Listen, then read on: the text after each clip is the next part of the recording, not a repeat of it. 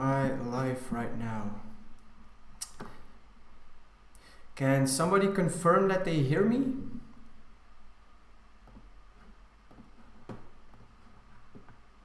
In the chat box, perhaps? I see 2 viewers watching.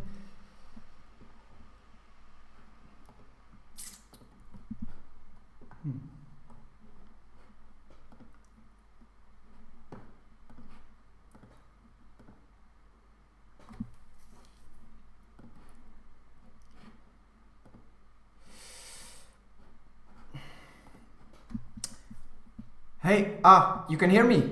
Okay. Oh, good. Because there's something like wrong with the streaming thing on YouTube where I can't follow it, or well, I can at least. Okay. Oh, okay. Good, guys. Good. So, just maybe wait for a few more seconds till more people come in. It's good that you can hear me, but I had to switch rooms because it's raining like hell right now outside. It's bad weather, and where I normally would shoot this thing, where I also have a lot of light, is downstairs. And I have a porch with a plastic kind of roof that you can shift, because then you can get air in, or if it gets too hot inside. And now when the rain is falling on that, you can just not hear me, or you will hear a lot of background noise, so that's sad. I hope the echo in this room is okay. So yeah, I think that's good. So apart from the scenery that has changed, I also recently got a haircut, which was fairly necessary because it was already a long time ago. Because due to Corona crisis and stuff. And another thing that has changed is the webcam that I'm using now, and I think the quality of the images should be better now instead of the built-in webcam.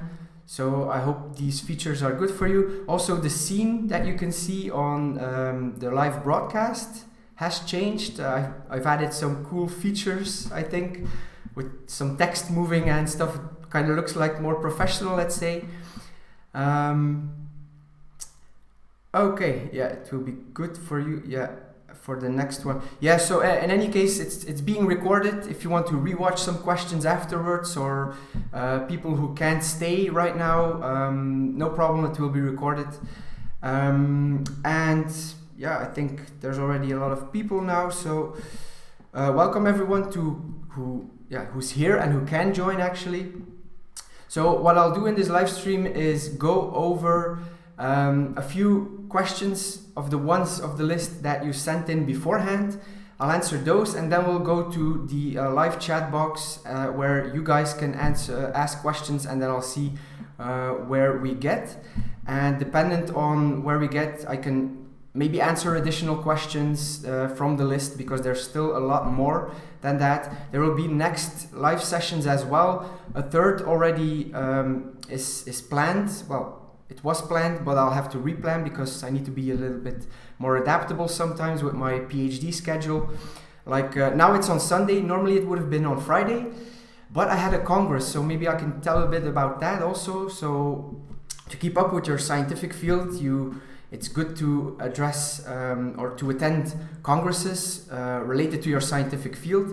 And due to Corona crisis, I couldn't do that. Normally it was being in London, and it had to be in April. So it was shifted due to Corona to the end of August, so last weekend.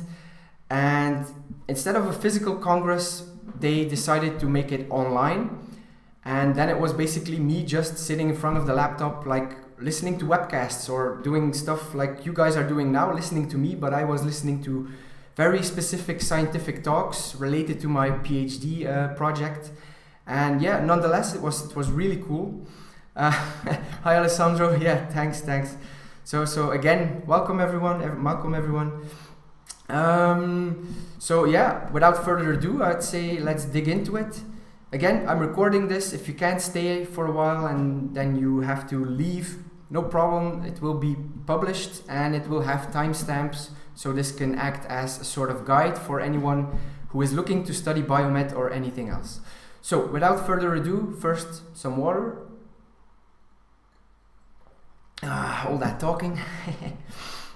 So first question. What is something I wish I knew before starting studies in Biomed? So this is a very general question, and I thought about it, and what I wish I knew, so I have to go back to my mindset of being 22, 23, something like that, when I just finished my master degree. The fact that a lot of stuff that you learn, you will not use or you will not remember per se. And related to that, something I wish I knew is that because there's a lot of stuff you will not use, the focus actually is on how to learn. There's the content specificity. Of course, you need to know things about DNA to apply later on.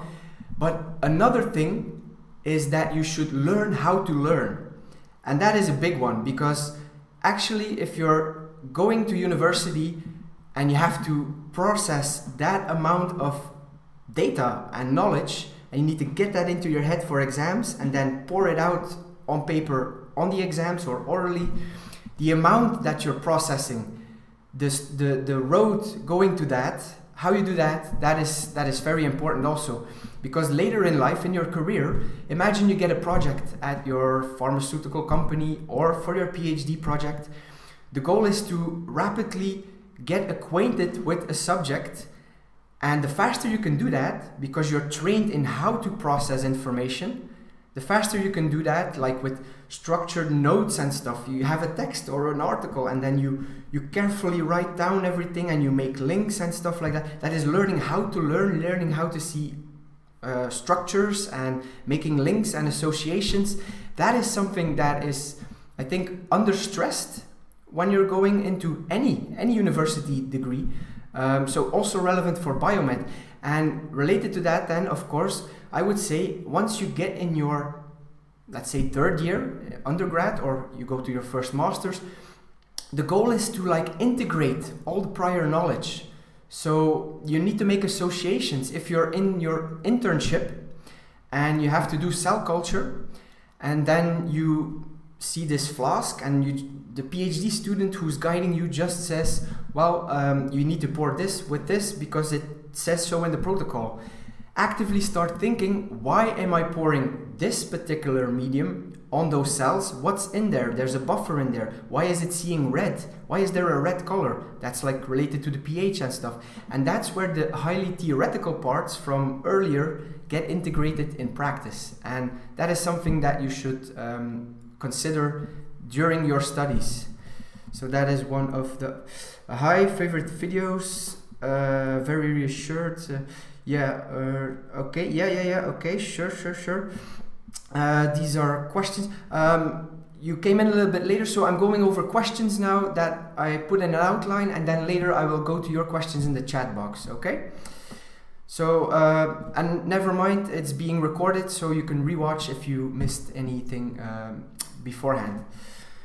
So that was the answer to the question on something that I wish I knew before starting Biomed. Then moving over to the second question that I've selected, and that is there any dissection involved in biomedical science?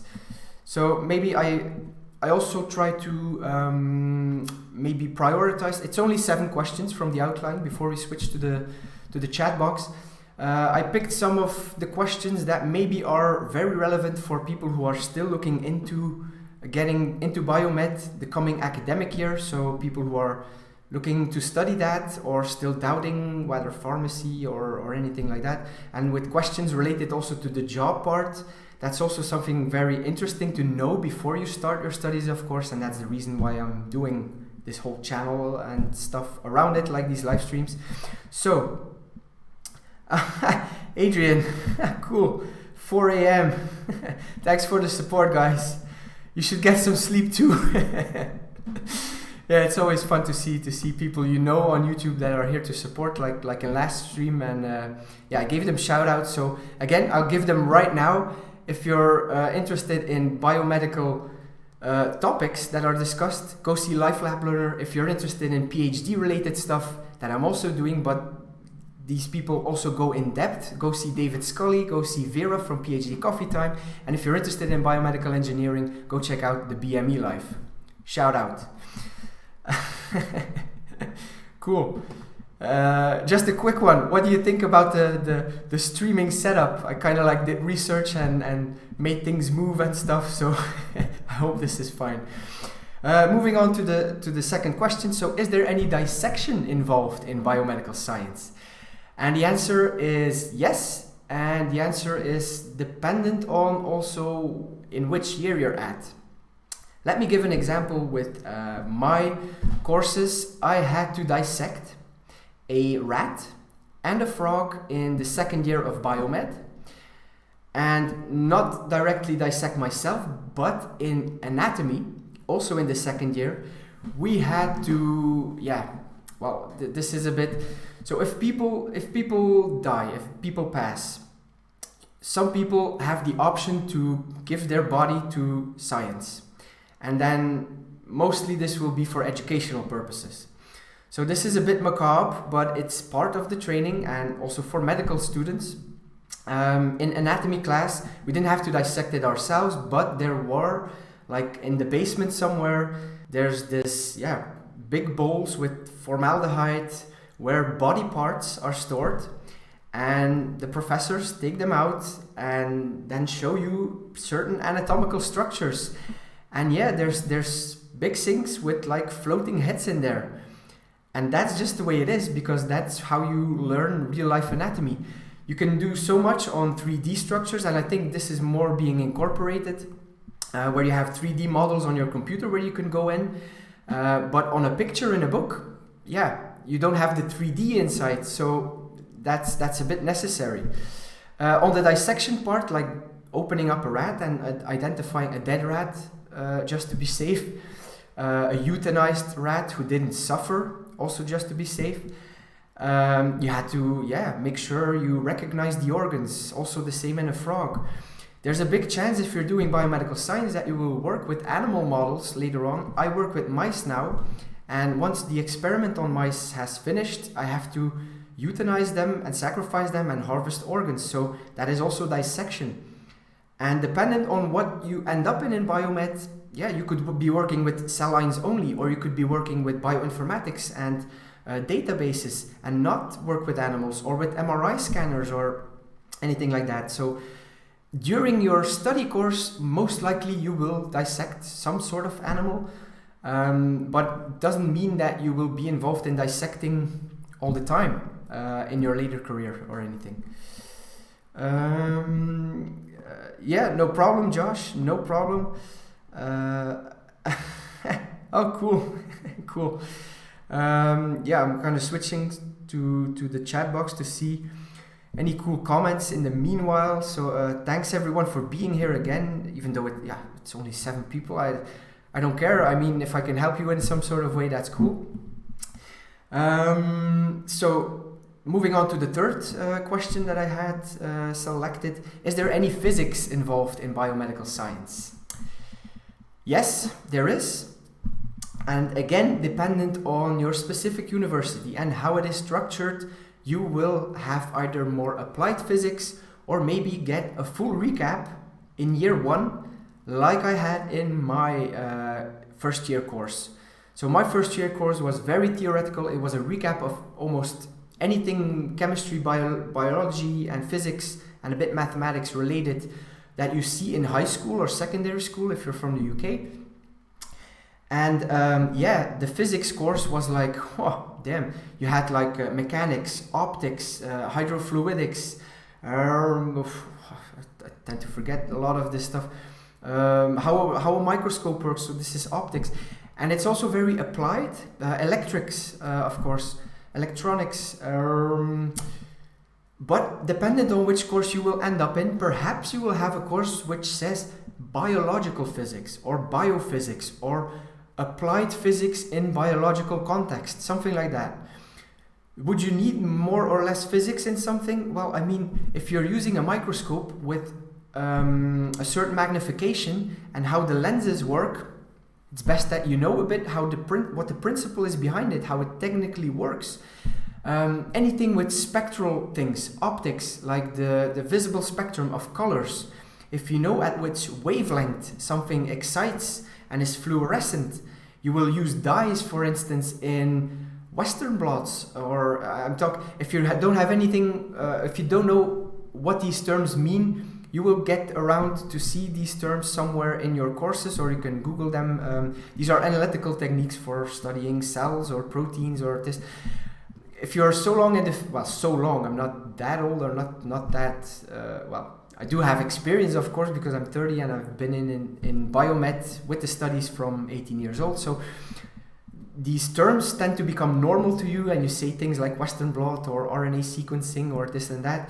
This might sound very strange to you now, but I'm just talking about how to apply physics.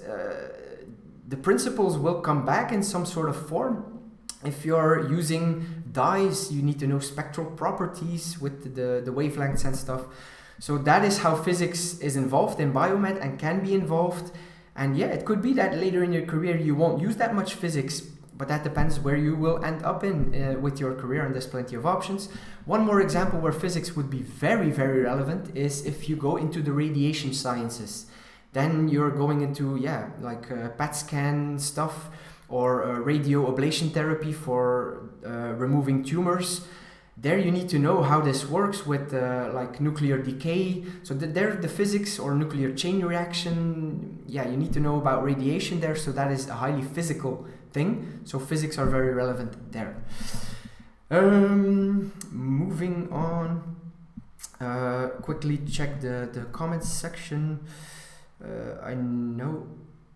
I hear to know about you, not biochemistry. You're 11. Whoa. Life advice. Okay. I'll first take the questions and then I'll give you some life advice. No problem. If you're 11 and you're already here, then seems like you're interested in biology type of stuff. So that's already good. Moving on to the fourth question. It's related to the ablation of the cancer thing that I just said. If you want to do cancer research, what should you master in? The obvious answer is to master in cancer, but there isn't such a thing usually with doing a master's in cancer. That just isn't the thing. If you're doing medicine, you can specialize in oncology. If you're doing biomed, you can also specialize in oncology. Dependent again on how your university is structured. Maybe there's a major called research in your master in biomedical science, perhaps also in biochemistry, maybe in pharmacy, and you can choose specific courses that are all linked to cancer biology. You must understand also that cancer is very broad. So cancer biology as a subject is generalized cancer biologics, being that cancer cells have certain properties that are different and their metabolism is changed, how they die is changed because they become immortal, how they divide more rapidly. So these are different properties of these cells compared to normal cells. But you can have cancer in almost any organ.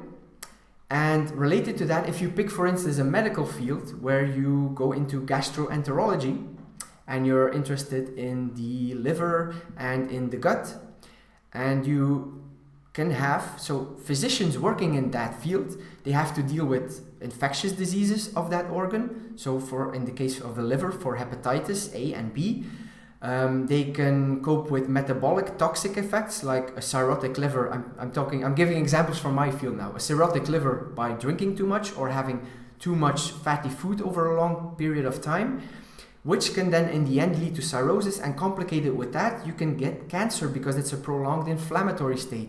So cancer of the liver or hepatocellular carcinoma, or from the bile ducts, cholangiocarcinoma.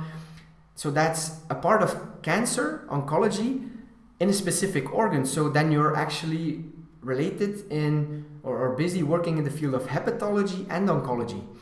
And you can generalize probably if you do oncology as a whole, So if you want to get into cancer research, there's tons of ways. You can go into cancer research of a specific organ or the bloodstream if you're into leukemia or highly interested. You're into leukemia. Bad wording in English, sorry.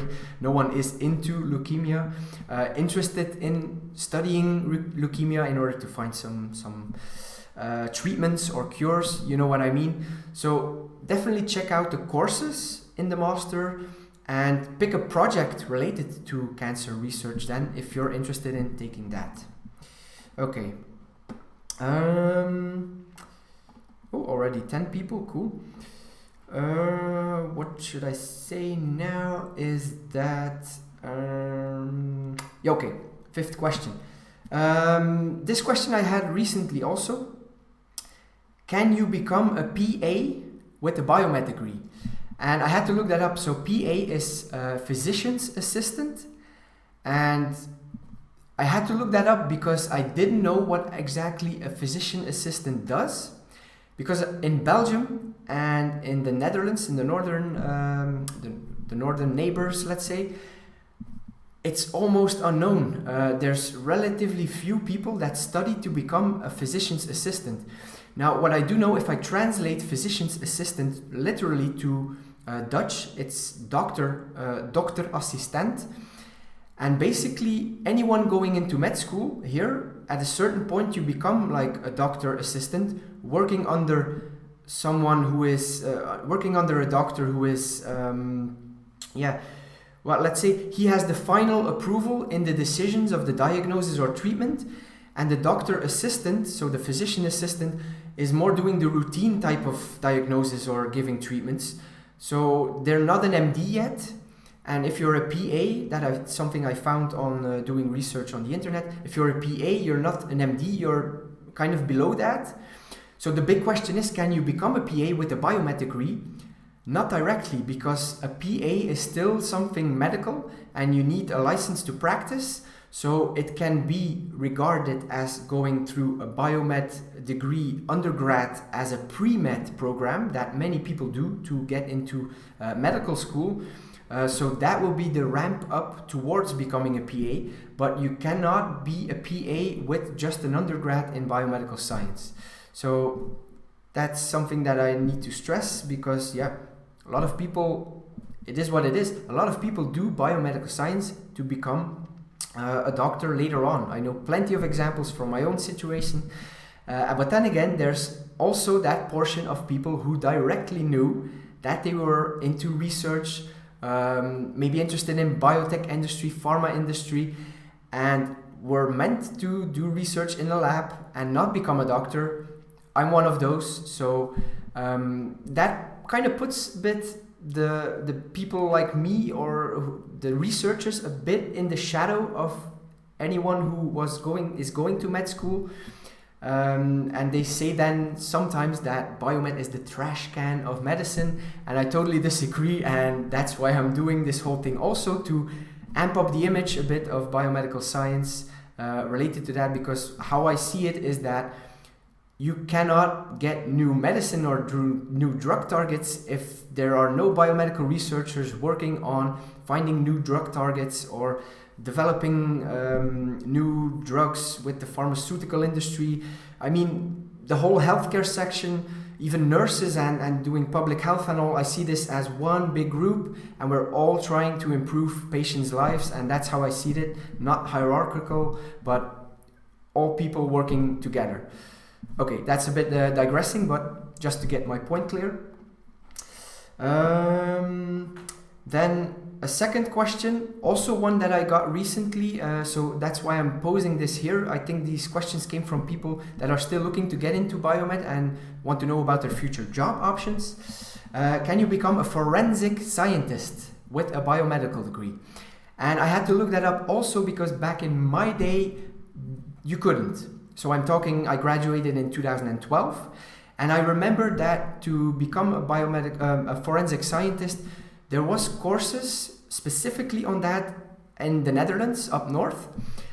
And I did some research now for my upcoming video, trying to explain what you can expect in a first year in Biomed, that you can become a forensic scientist in some course, I saw it in Belgium here, that you have the option to specialize in your master degree to become a forensic scientist.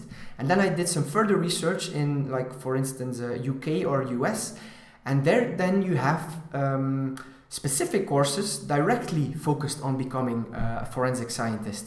So for all of you who are looking to get into the CSI Miami type of stuff and wear sunglasses like this and then solve crime, which is very cool, by the way, there's options to do that with a biomed degree, but this is highly, let's say, country specific again and university specific. Again, a general comment, anything that is like kind of lab-based, life science-based, there's plenty of options to move in a certain nuanced direction. Like I said earlier in the live Q&A or in different videos of mine, if you're doing biomed and you decide, I'd rather do biotech and work with living organisms to make better plants for crop food, then you can make a switch. Dependent on how big a difference your switch is within the field already, you will have to catch up on some courses, perhaps to get into that master degree, but there's always options. Just remember that. And then I'll go to the last question, and then I'll chat live with you guys. I think this one, I saved this one for last because I think it's very relevant for you guys, for anyone studying now and looking to get a job. So the question is, where can a biomedical scientist work in the pharmaceutical industry?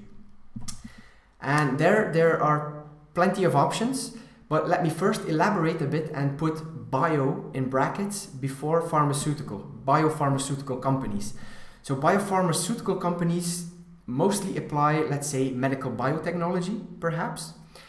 And there's big pharma companies who have a history with starting with small molecules, and then I'm talking medicinal chemistry like aspirin, like Bayer, or maybe I shouldn't say too much names here of companies, but just go in and type in, for instance, in Google, top 10 big pharma companies, you know? And maybe if you dig a little deeper, you will see that big pharma companies, because they have tons of cash and they have options to engulf smaller companies, you will see that they have biologics or monoclonal antibodies or short hairpin RNA cell therapy type of stuff. They will have that in their portfolio because these biologicals, there are an opportunity also for the pharmaceutical company to develop these drugs further. Why? Because they have such a big network.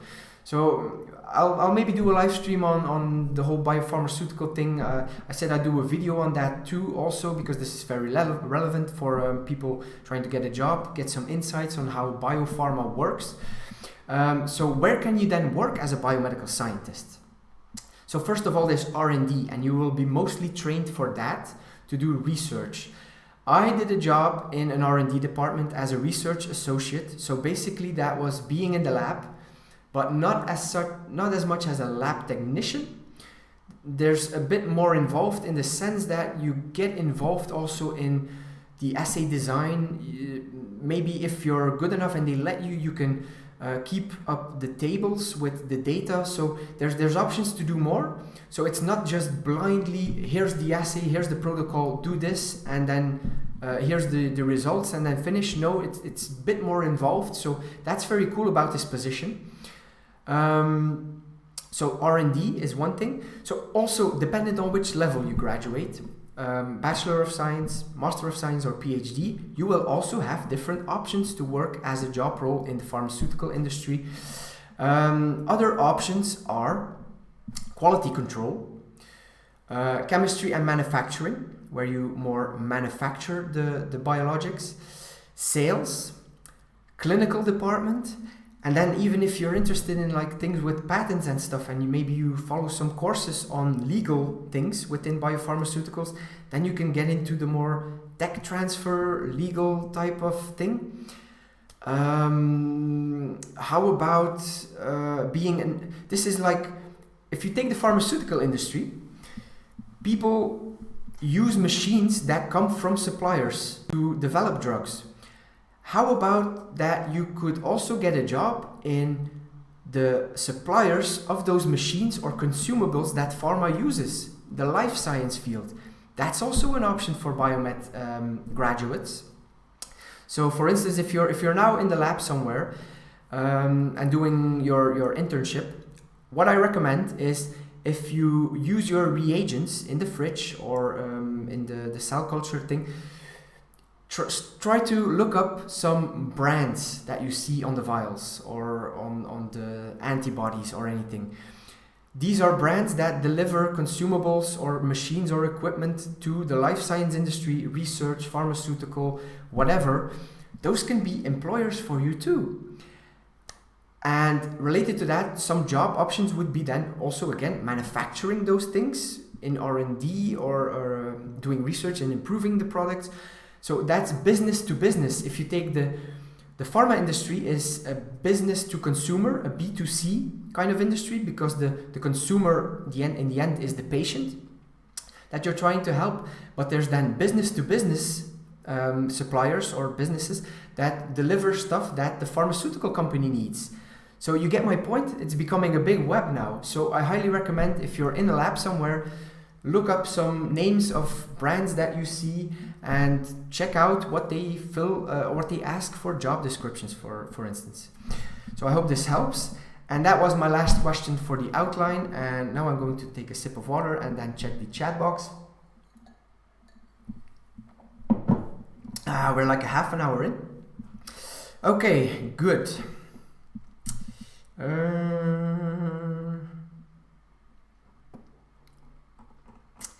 Let's go in. So, hey, hello, I can hear you. Yes, good, I'm live.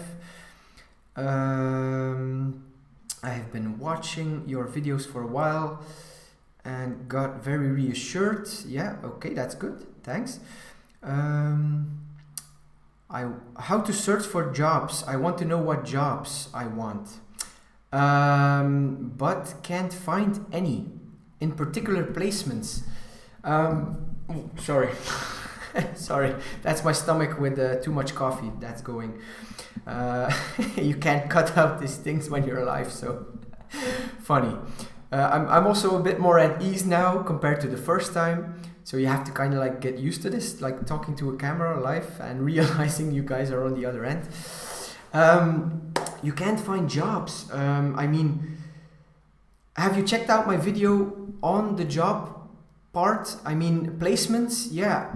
I think usually placements, you have options for placements related to the degree, and I think the university already has pre-existing relationships with, for instance, some pharmaceutical company nearby where they already have liaisons and then they can launch you to get in there, or academic labs specifically.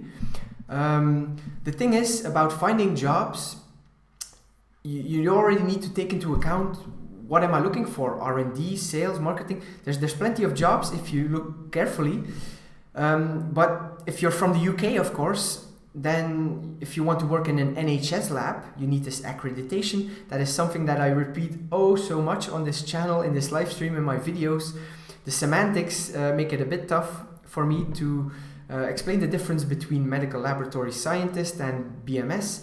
What I will do definitely, because they explain this very carefully on a Wikipedia page that says medical laboratory science, and then they divide per different country. Again, so biomedical scientist in the UK is focused on being a medical laboratory scientist with the BMS accreditation. If not, then it's to become a researcher also, and then there's also plenty of other jobs available. So yeah, that you cannot find a job. For a placement, I think you should check with your specific curriculum manager for your, or if you're graduated already, get into an HR thing, like a recruitment agency, and try to get, there's a lot of options. Go check out my video on jobs and careers, and at the end I give examples of what type of jobs that you can get and how they ask for these jobs, because not always is the biomedical science degree stated. Sometimes it's as mentioned as or equivalent, but that doesn't mean that you cannot get into that job, because that's what I did.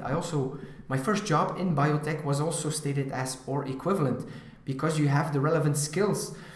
If you're looking for a job, also try to match maybe the job with your preferences and the skills you've learned already in your studies, and mostly during your placement. So I think the problem is if you can't find a placement, you can't get relevant experience yet. But again, highly suggest that you check with your university degree manager, and they can help you further. So yeah, okay, thanks again for the support to Mary and Adrian. Then John says, I didn't get much lab work in my undergrad degree. Okay, I'm mastering in a taught course of biomedical science this September. Will a lack of practical work stop me from getting on a PhD program? No, it shouldn't. The thing is, you're going to start your master in a taught course this September, but I suppose in your master year that there will be some option to do a placement, and that you will get relevant experience to do some small piece of research on your own, or do a compendium of let's say analysis that you did and then report on that.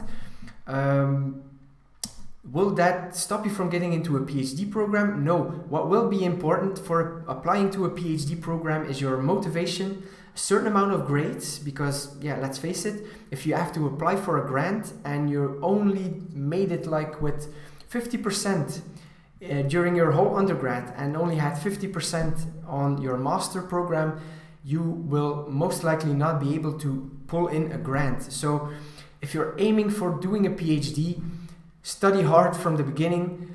I know I had to grow also from year one going up to master degree. I ended my master degree with how do you call this, grant honors, so not the highest thing. How is this in Latin? Cum laude, magna cum laude, summa cum laude. So I had a magna cum laude, and this is somewhat the minimum requirement, I think, at least in Belgium, to be able to convince a PI or a professor that you want to do a PhD. So the lack of practical work in your undergrad, that is a factor that won't affect that. Okay, you're highly welcome for watching my stuff also, Josh. You love the moving parts. Cool, that's cool. Oh, Palace, yeah. Dang, I wish we'd seen actual body parts in anatomy class. We only had drawings from a textbook. Oh, really? Well, again, this is then perhaps related to maybe differences in time, because yeah, courses change, new things come up, courses have to be adapted. I also addressed this in a previous live session, that you should be grateful for your professors, because they have to keep up with the latest science and adapt their courses accordingly. Also university dependent, I think. Perhaps other universities won't have that. Maybe it needs to be available also. Maybe not every university has pieces of dead corpses lying in a bath somewhere to train students with. Then are there any regulations where you are as far as working with animals? Yes, of course. There sure are. I mean, this is a global thing. When you're doing, when you're working with laboratory animals, you need to, and I can't stress this enough, this is very important. You need to minimize, first of all, there's the 3 R's. Now I'm having to recapitulate my course on laboratory animal science. You get a certificate from that if you have to work with this. So the first thing is reduction, second is refinement, and the other is reduction, vermindering, replacement, refinement, reduction. So if you can reduce the number of animals that you have to use in your experiment, you should. So you have to use statistics to come up with the good amount of animals that you must need for your statistical significance in your experiments. Then replacement, if you can prove something biologically with not having to use laboratory animals, then you should use that other method, of course. And refinement is also, again, fine-tuning then, where you could maybe not take into account an extra control group just because it's not relevant in time. Maybe a time control group in your experiment is the same as the control group that you would use in the beginning, and maybe not every time point in your experiment does need a control at that given time point. This is highly specific stuff, but in any case, yeah, regulate it, definitely. You need to minimize the suffering of animals if you're working with them, and minimize the use of it as a whole if you can. So this is tightly regulated. Josh said physics. Oh God. Yeah, again, applied in some cases. Then Jay-Z.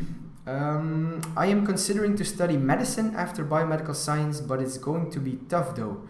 I plan to be a clinician scientist in the future, or work with cyborg projects. This sounds very cool.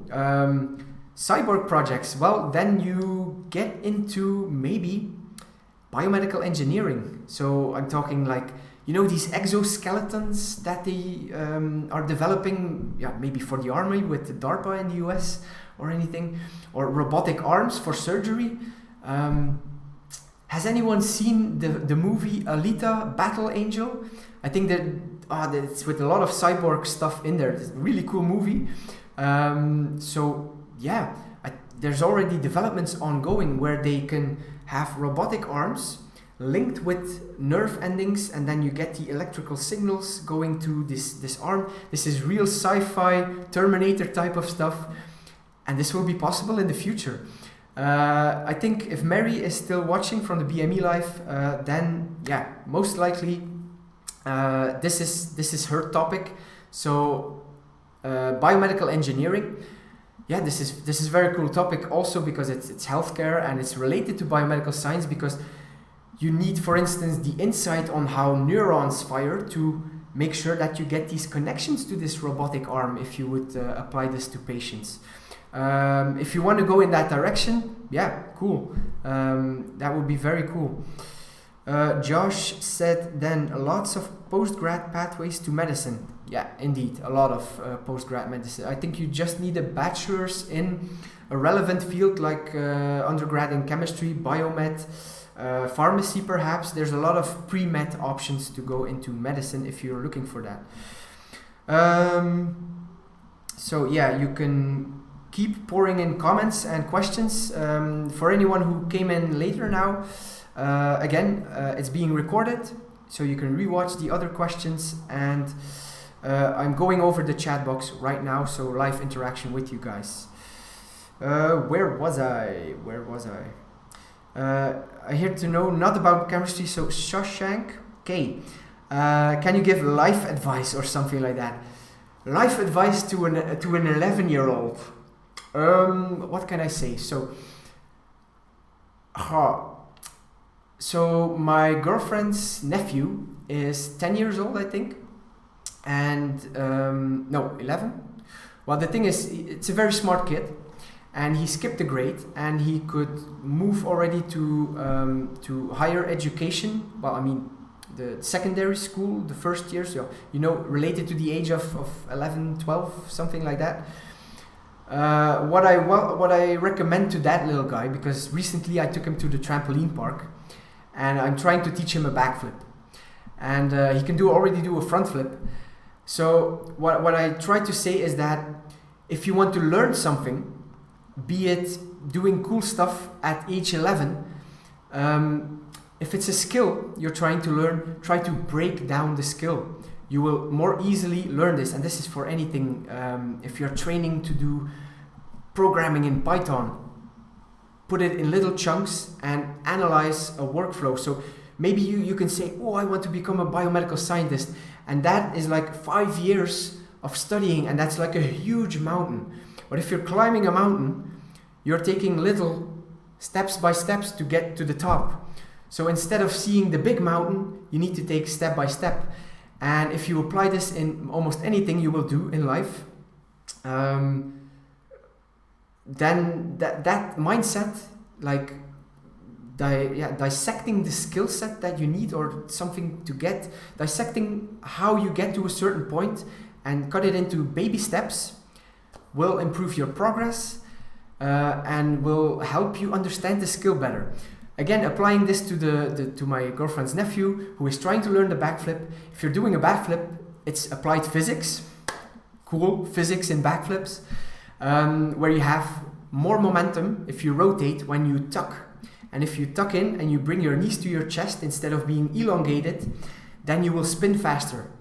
And I first try to teach him that thing. So that will help him to land his backflip on his feet on a trampoline without having a lot of bouncing, for instance. And then the next step would be to do it on the ground. But yeah, I'm digressing here a bit. So this is my life advice to an 11-year-old. I must say also that 11 or 12-year-olds, I did a workshop once where I introduced life science and DNA and B cells, how the immune system works, to 11 or 12-year-olds.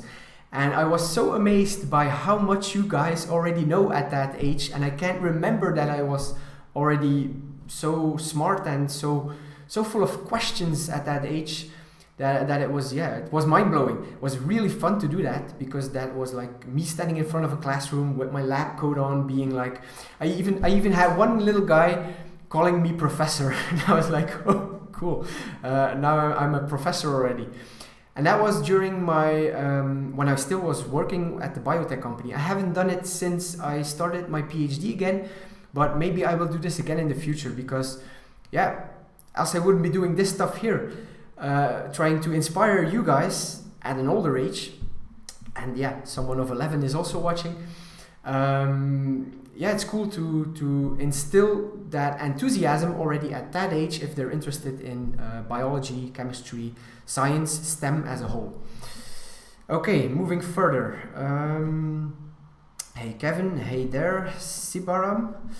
JZ, do you mind to tell us about your study schedule timetable during university, or can you give some advice on studying, as I aim for nearly max GPA? So GPA is a type of, that's a thing that is, a GPA is your grades in high school in the US, right? My schedule, timetable, this is, well, I'm going to make a video about what you can expect in your first year of Biomed. So that will be more or less how the courses were structured, and I try to compare it with several other universities in several other countries, okay? Maybe that will answer your question if you can be patient for that.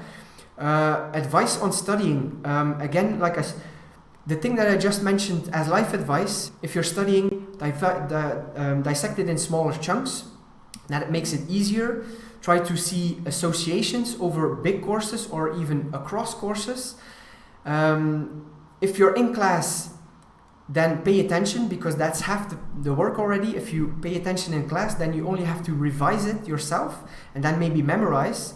But if you're in class and you're just wasting your time, then the mountain again gets bigger, because you're then at home and you say, oh damn, I didn't get it, and then you have to start getting it from papers, and then you have to start from zero. So you wasted time already, and then you have to climb a higher mountain. So my advice would be, just if you're going for max GPA, then go all in and push out max. But don't forget to have fun also. Try to find a balance. I mean, you're in your youth, you need to have fun as well. There needs to be a balance. You can't have continuous on time without having off time. If a machine is fully on all the time, then it gets weary faster, so you need recuperation periods. Keep that in mind. I wanted to know, what is the coursework done during PhD? Okay, good question. That depends. Some PhDs, mostly the PhDs that you do when you can, oh my god, it's raining so hard right now. Yeah, it's distracting almost. Luckily, there's good sound here. So the courses, if you have a PhD that is directly adjacent to an undergrad, which you can get often in the UK and US, then maybe there are courses involved that are, you can kind of see this like if it's like you would have in a master degree or a Master of Science. And then some programs would have obligatory courses within your PhD program and others don't. In my case, I don't have any obligatory programs, but they have set out a certain program that you can follow courses if you want on stuff like leadership, communication skills, how to present in a PowerPoint scientifically, how to improve your academic English. And I'm taking some of these courses. There's actually a program that I'm following called From PhD to SME, Small Medium Enterprise, to learn some more business skills, let's say, and get some insight on how to steer people and how a company works. Now, for me, this is kind of a revision because I already was in industry and I know how a company works from the inside. So this is a lot of confirmation that I get, but I also get exposed to how other companies might work and how there are different systems to run a company, stuff like that. Then there could be specialist courses that you decide, oh, I want to learn more about single-cell RNA sequencing. Very specific technique with a lot of data science. You might have to learn a coding program like Python or R. You can choose that. But some stuff is obligatory in some courses, some don't. I'm 100% available to only be involved with my subject if I want, but having this opportunity to take these additional courses, I'm not letting that slide and I'm taking advantage of that, of course. So, Snooker Gaming says the pay in the UK is quite bad for biomedical sciences and biomedical research as far as I've researched. This will depend, the pay is dependent on which company, which level you graduated, which job role you're doing. Geographically, I've read if you're in the London area doing a job, you automatically get paid 5 to 20% more because you're in the London area. This also applies here in Belgium. You get paid more in the Brussels area. So that's also something that is relevant. If you're looking to get into the NHS, biomedical sciences type of thing, then I think your pay schedule is set according to X amount of years. But if you're a PhD in Biomed and you want to start in a biopharmaceutical company, maybe you can negotiate your starting salary. You can maybe make a faster career track and get a 10% increase or switch to the more business aspect because it's still a small company and needs to grow. It's so dependent on so many variables where you end up. I mean, I didn't expect myself to get into biotech. Well, I know there were a lot of biopharmaceutical companies, hubs here nearby in Ghent, near where I studied and where I lived for seven years almost. I knew that, and I knew that was an option. But yeah, I was doing a PhD the first time back then. And yeah, I couldn't finish that, so I had to look for a job, and I got into that job. But once I was in there, the amount of people that I saw shifting, I had colleagues that were on the biomedical lab tech level, so not a master degree, but a professional bachelor degree. And they were working the same kind of job as me, and people who were already long enough in the company were even going up until the associate scientist level. So that's the entry level when you have a PhD. So they climbed up. So there's your ambition is also something that is involved in how much money you will earn later on. One thing that I will say, don't stare blind on the job prospect. Not the job prospect, I mean the salary. Don't stare blind on the salary. Here's how you should think of it. If you want to make more money, you need to solve urgent problems. If you solve problems, then automatically, more or less, you will have good pay. For instance, data science is becoming more and more important, and there's a lack of people that have sufficient knowledge of statistics and computer science, and then maybe combine this with a biomedical background.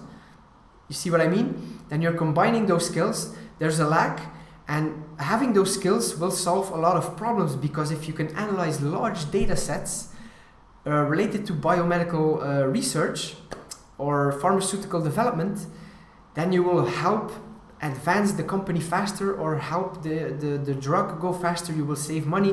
So you're solving problems there. You see what I mean? Also, anyone watching here, I'm highly active also on my community tab. And over there I post oftentimes relevant stuff related to biomedical science or the job field. And I recently put something on there with the job skills that are required in or are becoming more and more important in 2022. It was an article from the World Economic Forum back in 2018. And it's still relevant, so I think this will grow even more. So there's a shift of skills and a shift of demand in job functions. I mean, as things get more automatized, bad English again, automated, of course, maybe AI and robotic stuff will take over from factory workers. So you will need to readapt, going to more analytical skills. You see what I mean? Nothing is set in stone, everything is constantly evolving. I mean, if I will be 50, that's in 20 years from now, there will be new jobs that didn't even exist now.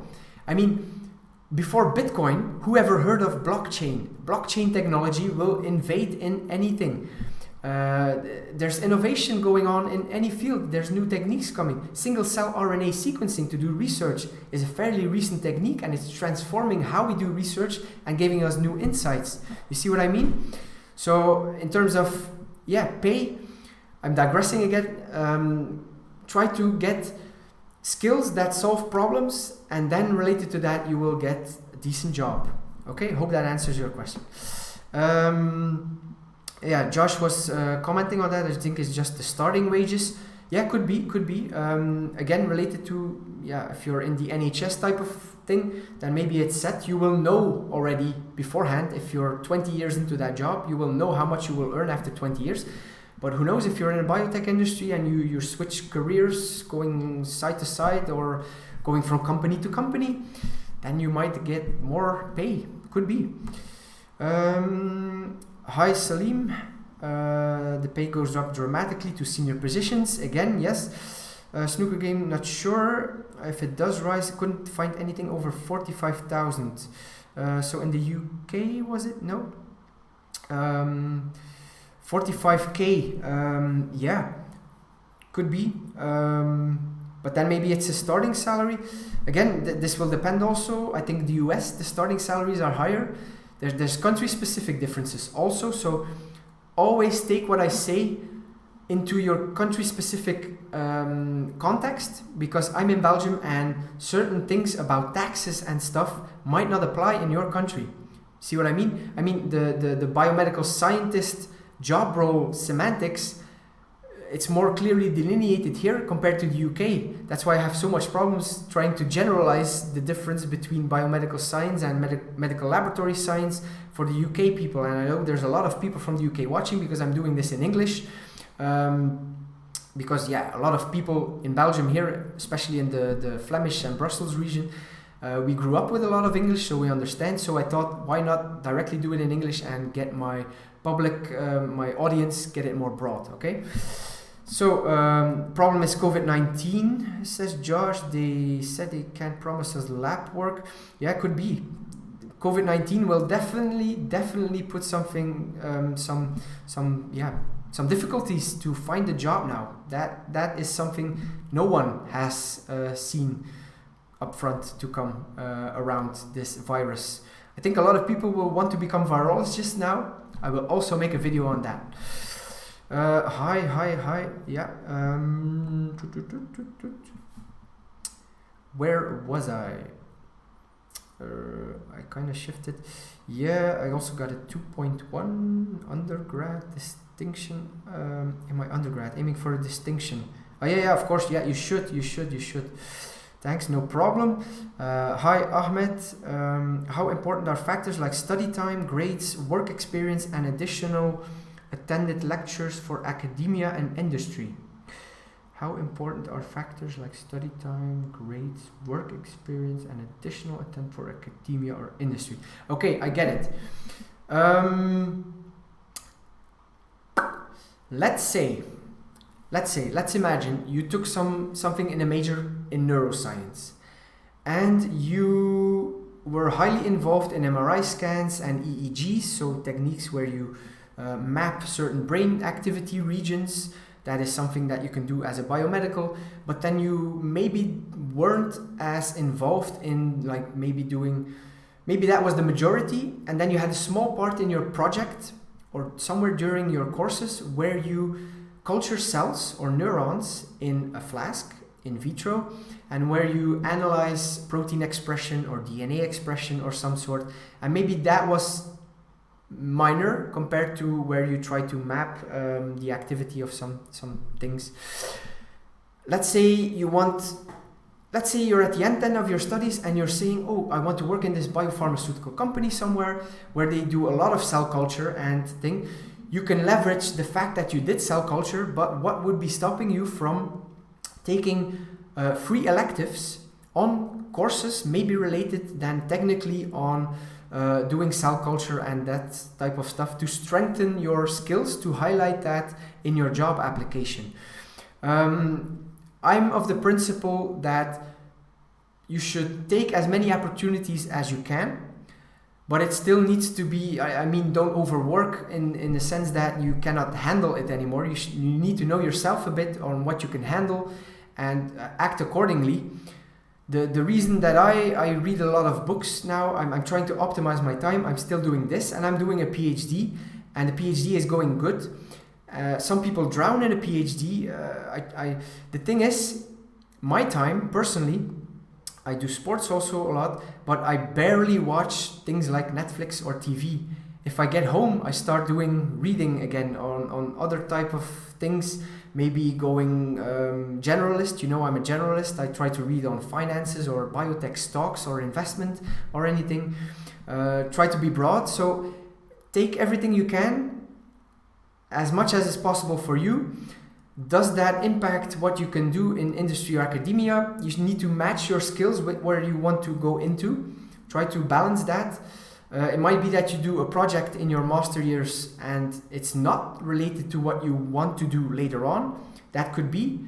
But then maybe it's also a point of, if you're doing a job solicitation for industry, motivation is something that is maybe unrecognized a lot with you guys that will try to apply for a job. You have the technical skills, but I've seen people who do recruiting, and motivation is a big part of it. If you have less ticks that conform with what they ask for on a job vacancy, but you're saying that you're highly motivated and you can demonstrate that you were a fast learner, this could give you an edge and maybe do get you into that job. Again, there's so many variables. But in general, to answer your question, the more you can do, why not? Why not? You increase chances with going broad. I think this is the case in a lot of things. To go even more generalist, you need to be specialist at something at some point, but maybe not too specialist. Again, finding balance. That's what I mean. Jobs in academia industry, yeah. So I hope that answered your question. What can we expect in the first year of Biomed? I'm joining Biomed next week. Will be very helpful if you could answer.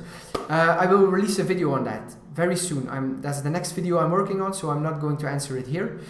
I started Biomedical 2 weeks ago. Ahmed, yeah, I remember you from last time. Good luck on that. So again, you already probably know more or less what you can expect, but you can try to compare with the video I release.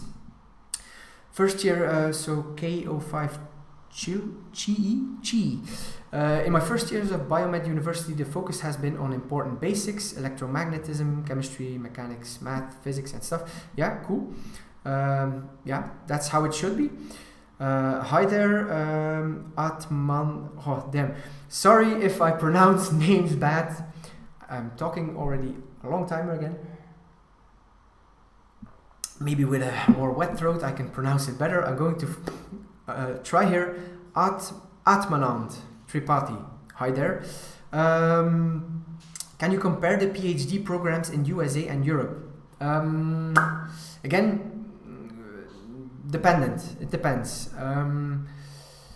You have these PhD programs, like I said before, where you have more obligatory courses that are more resembling a master years, but the most cases you have are you do a master's and then you do a PhD. What I've heard and read is that a PhD tends to take longer in the US, but this is highly project dependent and how well your project goes. I know people here who are doing their PhD in 7 years time span also. You're doing research. There's a big part of stuff you cannot anticipate. Maybe your experiment doesn't work out. You need to try a new track. You need to digress on another track and start over, and there's so many variables. In general, the aim now, at least for me and my colleagues, and in general that is going in that direction, is to complete a PhD within the 4 years, and that is usually the amount of money you have that is sufficient to pay for your consumables and project related type of stuff that you will use. So there could be a difference in time, there could be a difference in composition, but in any case it's a PhD, so it's doing research and it needs to be for you. You need to be very interested in that particular topic. Okay, message retracted, sure, no problem. Can you briefly touch on your experience in PhD year 1 and the activities involved for Samuel? Okay, I'm just going through because I'm lagging a bit behind. You guys are going great with your questions.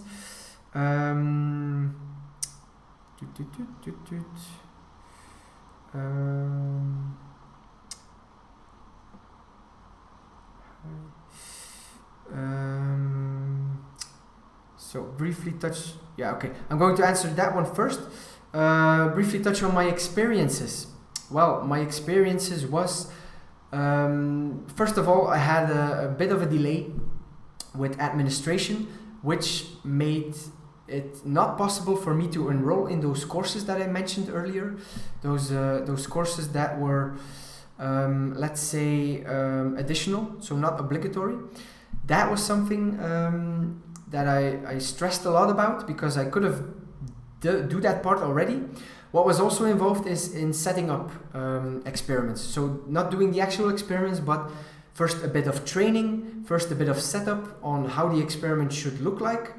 Also diving into literature and getting to know your topic.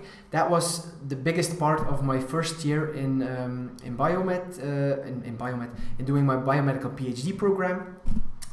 And I kind of started my first experiments last year. So I started in December 2018 and I started my experiments in October 2019.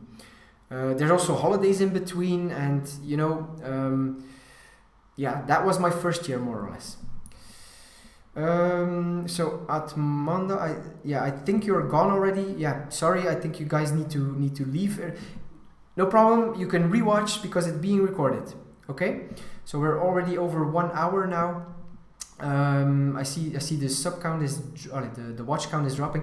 So yeah, no problem for that. Again, it's being recorded. So Atmanand, I will answer your question now. I do 11th and 12th with physics, chemistry and biology. Please tell me I am eligible for biomedical engineering without biology. If you didn't get much training in biology, I think you can go for biomedical engineering. I think you will get biological subjects in biomedical engineering, but I don't think that the basics you need from biology, if you have a strong background in chemistry, physics and mathematics, hate to break it to you, then biomedical engineering will be very suitable for you. S2. What are some lesser jobs related to Biomed that are also worth knowing about, or lesser known jobs? Yeah, I remember this question from you. It's also in my list. Yeah, I can answer this right now. Lesser known jobs.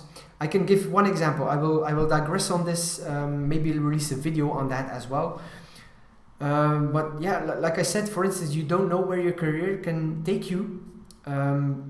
So imagine being a patent attorney, where you have background in biomedical science and you did some additional legal stuff. Maybe that's not known to get into that with your biomed degree as a base. But I will tell you a story. So I went to like a sort of career job fair where 5 people came to talk about what they did. These were alumni of my biomedical science course, and they came to talk about what they did. So one guy was doing a PhD, one guy was a nuclear physicist, so he did the radiation part, and he's highly involved with scanners and MRIs and radiation for ablating tumors. Then someone else was in pharmaceutical industry, and there was this one guy who completed his master's in biomedical science, and I kid you not, he was there to explain us that he had a job as a manager in a factory that produces cardboard boxes, I kid you not. And I think the whole classroom was like, what? Damn. Let me explain. If you're doing higher education and you did a master's or a PhD, there are PhDs because you are a PhD and you have analytical skills and you have had managed people under you and you have some sort of manager skills. You can transfer these skills going to a setting like that guy did into a cardboard box company. So yeah, that was really surprising. So that tells you that there's plenty of other options. But of course, I'm more focused on the options within the life science and biomedical field here. Yeah, I'm looking forward to, if you're still here, looking forward to see your, thank you. Yeah, no problem. Yeah, if you gotta go, no problem, Alessandro, just go. I will stretch this out till I get through all of the questions here with a max of going to 12 a.m. Because then I will be very hungry, just to say. Yeah, no problem, Sibar. Again, if you have to go, it's being recorded, so you can watch after that. I will continue scrolling through. So the lesser jobs I answered. Dark Prince Lau, what's your honest opinion for job opportunities for postgraduates in the biomedical field in Europe, industry and academics? Well, my honest opinion is that, my real opinion is that you guys don't know enough which job opportunities there are, and related to that, I don't think there's enough communication from the life science field that what you can do with a biomed field, and that it should be considered more as a base education. Because let's face it, how should I say? I know an ex-colleague who was working with the technology in my former company. I think she was a bioengineer graduate. Bioengineer, not biomedical engineer. She was a fairly bit older than me, so she had a lot of experience. She was a scientist, and we were in the red biotechnology, so healthcare focused. And what was doing, I think, if I move my hands a lot, there's a lot of autofocus. I will try to make sure that I don't do that much, but that's how I explain stuff with my hands, so sorry if the autofocus is sometimes destroying the image. What I was saying, we are focused in the red biotechnology, the healthcare section. She transferred with her skills to the agricultural, the green biotechnology. So you get my point? That's an opportunity. You're going horizontal, more or less, going into another field. So I believe, my honest opinion is that there's plenty of options, but maybe you're only limited to seeing the lab work. You can go into sales, you can be an application specialist for, like I said earlier, about the B2B, business to business businesses, and not the business to consumer. This type of stuff. That's my honest opinion. I think the awareness should be created more. I think the biomedical science degree should be recognized more, that we have those skills to get into that, and that's also something I'm doing with this channel. If any recruiters are watching this, make sure to get that field also more recognized, and that our skills are relevant to the life science industry. Jobs in academia, that's something else. Jobs in academia are harder and harder to get, and I mean professor tenure tracks.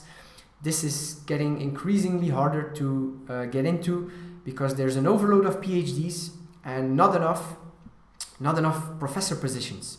Okay, that's why a lot of people are also focusing in trying to get the industry to know about what PhD skills are relevant to them and how they can go from the academic setting, perhaps did a few postdocs, and go into industry. Okay, that's my honest opinion.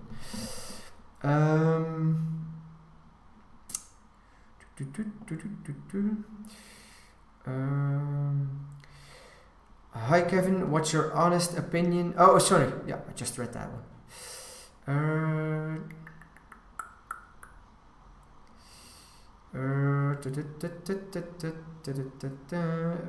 Alessandro says that medical directors earn over 6 figures. Most likely true. CEOs most likely also.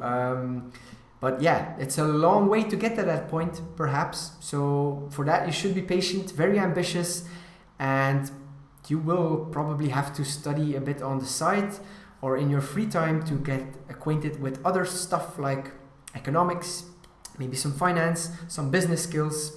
Yeah, just saying. What's the difference between biotechnology and biomedical science, or also known as medical science? I also covered this one in the previous live session. I suggest you go and check the timestamps of the first one. There I cover it a bit, what the more or less the big differences are. I should make a video on this to put out on my channel as a whole, and I will really go into detail there then. Okay, so if you want to know, I suggest after this live stream go to the first one into the timestamps. S2, one more question. Since I have to take a gap year because of COVID, damn, so sorry to hear that. What things should I study and try to strengthen my CV for getting a job in science? One thing I'm trying to learn is coding. Good for you, good for you. Be patient if you do this. I'm also contemplating on trying to get some knowledge on coding. Like I said, data science will perpetrate any field and it will transform the biomedical field. So if you say data science with biomedical field, you're into like more bioinformatics. That's what it is. I think, yeah, you're welcome, Darshni. I think this will become more relevant. What else can help you land a job? Maybe go on some, you have these things called, well, let's say these sites, Coursera. I don't know if you heard about this, Coursera, or these sites where you have to pay a minimum amount for a course. I'm saying I should do this also for some courses, and I will. And perhaps in the future I will promote some of these courses that I took myself, and then maybe, yeah, most likely put an affiliate link and earn some small commission. But I will have done these courses myself. I will not promote anything that I didn't take myself, or at least get some feedback from someone who did it and highly recommend it. So these are options. Maybe you can get into some sort of course where they explain the drug life cycle if you're going into a company, or how the inside of a biotech company works, something like that. Maybe this can help if you want to do additional courses. So I already said goodbye to Alessandro. MacD, I quit physics in O-level? Q-level? O-level. But I did biology and chemistry. Can I still do Master of Science? You quit physics in O-level. I must say, okay, if you're live here and you came in, I am from Belgium, and I already learned a lot about other educational systems doing research for this channel. A lot of stuff is so different. O-levels, I don't know what you mean with that. But do a master's in biomedical science. You can do a master's in biomedical science if you did an undergrad in biomedical science or biotech or maybe pharmacy and then switch. If you have a background with physics and chemistry and biology, I think you're set to go into the biomedical route nonetheless. And then Sibaram says, thanks, it was interesting to be here. Yeah, you're welcome. And then Darshni also said, thank you. Guys, if there's no more questions now, then I will wrap up here and stop this live session. I hope I brought some value again to you guys, and there will be another live session somewhere next week, and then maybe after that also some other live sessions. I will start looking into making these videos again, and the first one you can expect is to get an insight on what you can expect in the first year of your Biomed. MacD says he has a Bachelor of Science in Applied Statistics. Okay, applied statistics. I think there's a large gap going from applied statistics to Master of Science in Biomed. I think you will need to catch up on a lot of biological stuff, molecular biology, biochemistry, all these courses.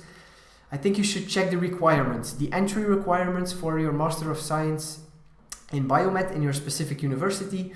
If I check those for my university, for instance, it says that you can go in directly with an undergrad in biomedical science, or with a gap year program, a preparatory course going from biotech or pharmaceutical, I think. But there's no, in my case, in my university, there's nothing saying applied statistics. I highly welcome you to check that out and ask specifically. If your dream is to become that, you will have an advantage with your applied statistics. Nonetheless, I highly think you will have an advantage. But if you really want to become a master in biomedical science and get into research, and if you have to start over going from zero, then maybe that's what you should do. You can't, if that's really, I know people, I have a recent colleague, cool story, I have a recent colleague, she was a nurse, she graduated as a nurse, she practiced as a nurse, she's 2 years older than me, that makes her 32, or she's 31, and she just started her PhD, and she did medicine before. I mean, come on, she did like an amazing track. She worked as a nurse, she studied nurse, worked as a nurse, then went to med school, studied while also working as a nurse, and now she's doing a PhD. What a great story. I mean, you know. KO5GE, am I pronouncing this right? I hope I am. Applied statistics might indeed be very super useful for bioinformatics. Indeed. You are literally a lifesaver to all my doubts. No problem, Danya. Dark Prince Loud, thanks for promoting the field on YouTube. You're highly welcome, guys. Again, I think I will end here. There will be another live stream if you come up with other questions. Also, it will be recorded so you can rewatch. Again, I'm at somewhat of 1 hour and a half. It's incredible how much I can talk about these subjects and maybe digress, and I hope that gives you a lot of more insights. And I think, an hour and a half is a decent amount of time. I was originally aiming at 45 minutes or 60 minutes, but I think an hour and a half will be max, and great to do this for you guys, and I hope you get a lot of value out of this. And again, I will start making videos again that will be up on the channel as such. Nonetheless, I will keep these live streams. I've heard that keeping these live streams on YouTube would be bad for your channel growth or anything. I kind of haven't noticed that. I mean, I still get a lot of subscribers now. Maybe that's related to the period because a lot of people are looking to get into biomedical science now. But I hope in the years to come that I can still support you guys, and then maybe start to see where it takes you. If you need some additional, maybe high level trainings or something, maybe I can provide this for a small fee, and then maybe get some revenue to support the channel, of course. I don't know where this all goes. I started this with the intention, I want to promote the biomedical field more. We'll see how this goes. What I definitely also need to do, and I kind of answered this a bit in I kind of answered this in one of the questions. I think I forgot what I was going to say because I was reading your comment, Danya. I got distracted, but it's okay. It's okay. How can I tell my parents that biomedical science is an equally great field as medicine? Yeah, yeah, that's difficult, because maybe your parents also heard that biomedical science is the trash can of medicine. I'm going to fill the last 5 minutes with something that I hope that gets through to you guys and anyone watching this. Like, medicine is like the highest thing, right? So you're a doctor and like you're regarded as the creme de la creme in the healthcare sector. If you're a doctor, you need to have a certain attitude, because being a doctor can be hard. You might lose patients, you will see patients suffer, you see them face to face. If you're doing biomedical research, what I highly recommend is go on forums or maybe on YouTube on support channels that are a patient organization, and try to see if you can see people explaining how they feel and get a sense of connection with your patients. Because if you're trying to develop additional treatments or maybe a cure for patients out of a lab, it's important to know who you're doing it for.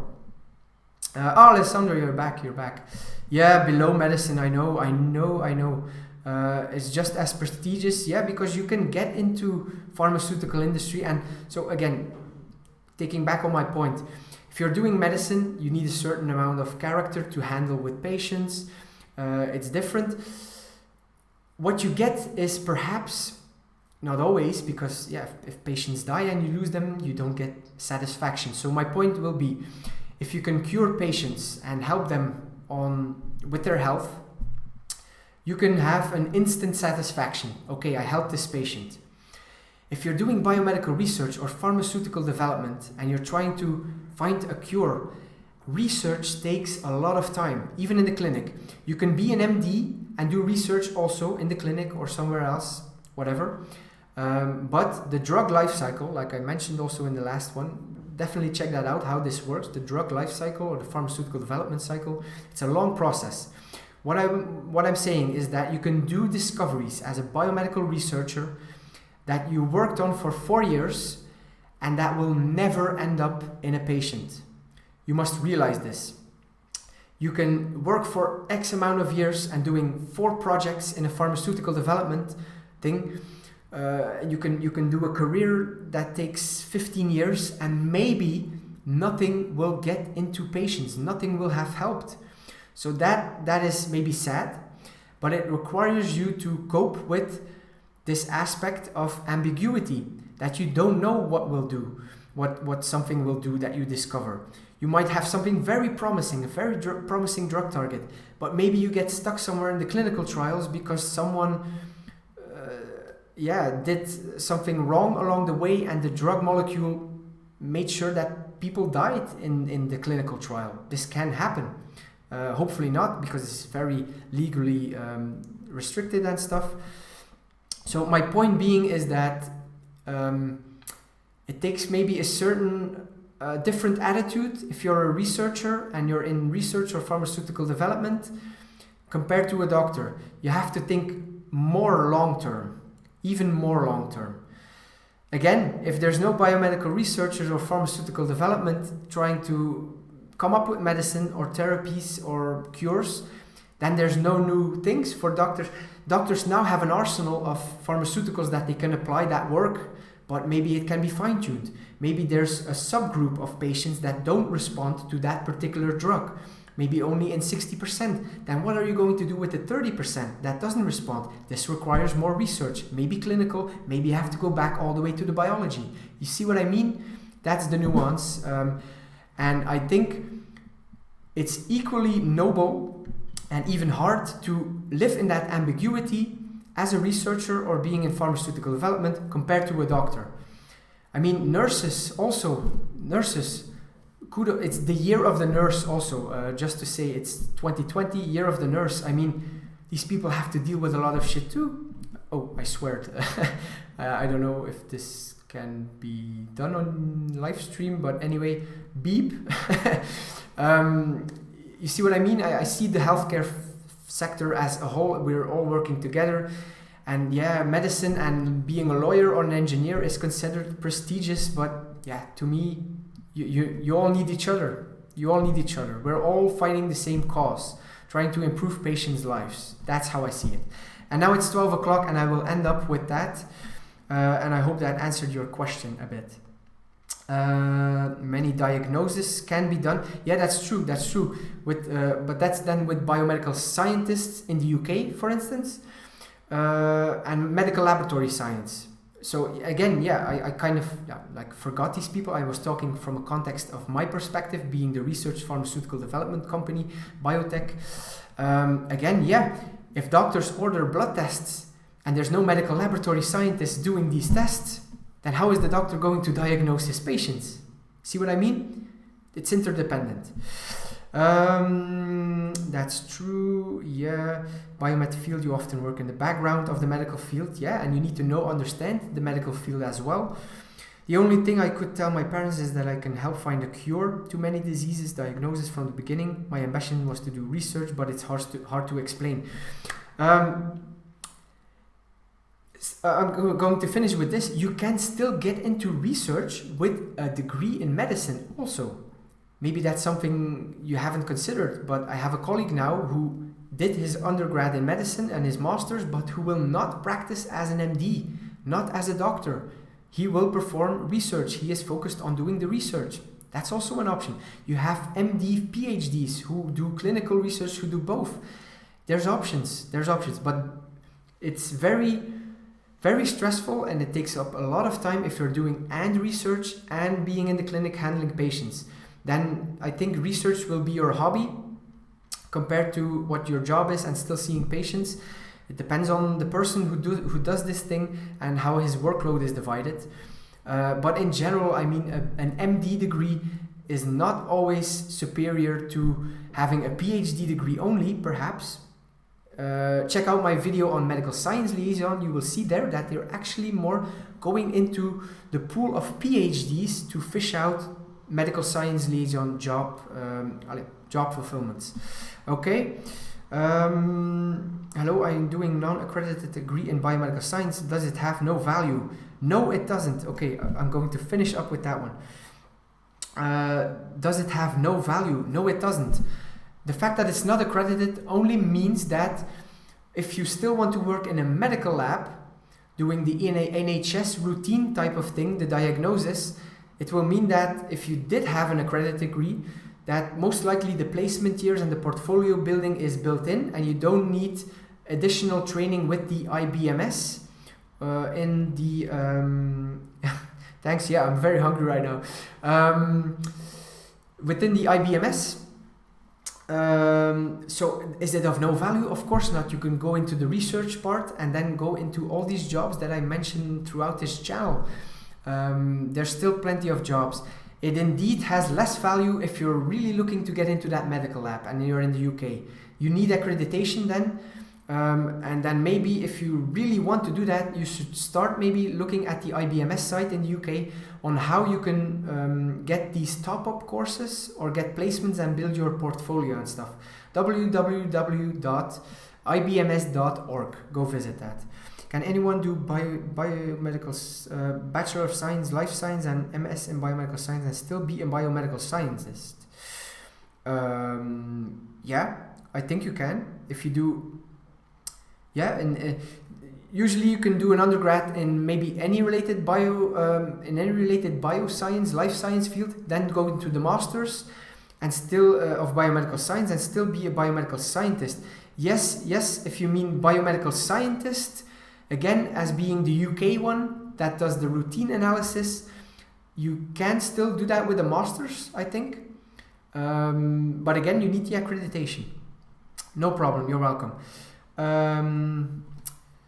Danya, no problem. UAE, United Arab Emirates, I think. Cool. I have people from the Arabs watching this. That's so cool.